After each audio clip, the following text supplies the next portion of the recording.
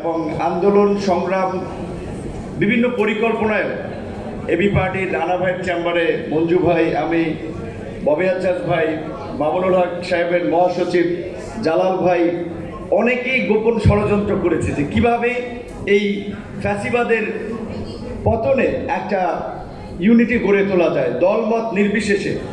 আপনার general public কিংবা আলেম ওলামা, ছাত্র, শিক্ষকদেরকে বিভিন্ন ফ্রন্টে মুভমেন্ট করা যায়, এটা আমরা একসাথে অনেক আলাপ আলোচনা করেছি। এমনকি এই আন্দোলনের মাঝখানে একটা ছবি সম্ভবত 17 তারিখে, 17ই জুলাই, যেদিন আমরা গায়েবানা জানাজা করেছিলাম, আমরা 3 দিক থেকে 3টা মিছিল আমরা আনকনসিয়াসলি আসলে একত্রিত হয়েছিলাম।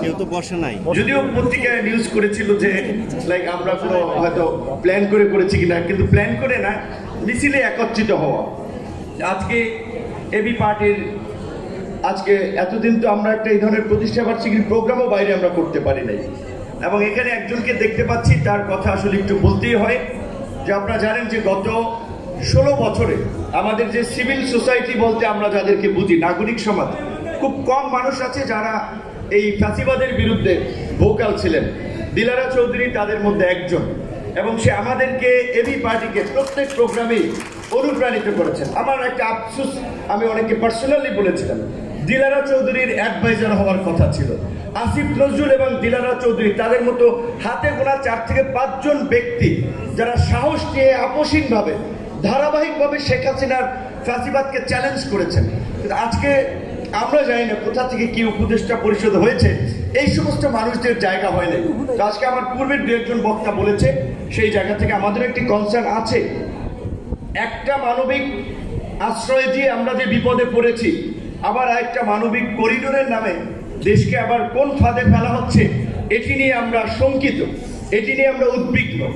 আমরা যেটা মনে করি যে এই সরকার আমাদের সমর্থিত সরকার, হাসনাত কায়ুমের সাথে একমত যে বাংলাদেশের এরকম প্রেক্ষাপট তৈরি হয় নাই যে সবাই সরকারকে সমর্থন করছে, কিন্তু আমরা একটা লিমিটেড সময়, একটা নির্দিষ্ট সময়ের জন্য সরকারকে সংস্কার এবং একটা অবাধ, সুষ্ঠু, নিরপেক্ষ নির্বাচনের আয়োজনের জন্য দায়িত্ব দিয়ে সমর্থন করেছি।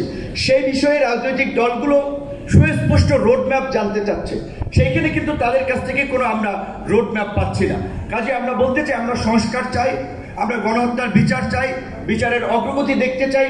একই সাথে বাংলাদেশের মানুষ 16 বছর ধরে তার যে ভোটের আকাঙ্ক্ষা, জনপ্রতিনিধি নির্বাচনের আকাঙ্ক্ষা, তারও একটা সুস্পষ্ট রূপরেখা আমরা অনতিবিলম্বে এই সরকারের কাছ থেকে আমরা জানতে চাই। সংস্কার এবং নির্বাচনকে মুখোমুখি করে যেটা বলেছে রাজনৈতিক বিভাজন আমরা কেউ কেউ করার চেষ্টা করছি, এটি আমাদের দিক থেকে করা ঠিক হবে না। আমরা সবাই সংস্কার চাই। নির্বাচিত সরকারের বিকল্প নাই।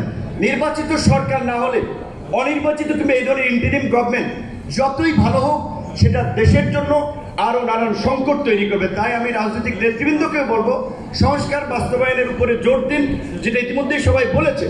যেখানে আমরা ঐক্যমত হই, ঐক্যমতের ভিত্তিতে একটা জাতীয় সনদ প্রণয়ন করে আমরা দ্রুতই বাংলাদেশের গণতান্ত্রিক অগ্রযাত্রায় একটা নির্বাচনের দিকে যাত্রা করি, এবং সরকারকে সেই বিষয়ে অবশ্যই একটি সুস্পষ্ট রোডম্যাপ দিতে হবে। এবি পার্টির প্রতিষ্ঠা বার্ষিকীতেও আমরা রাজনীতিবিদদের সামনে এই প্রত্যাশা করছি। ধন্যবাদ।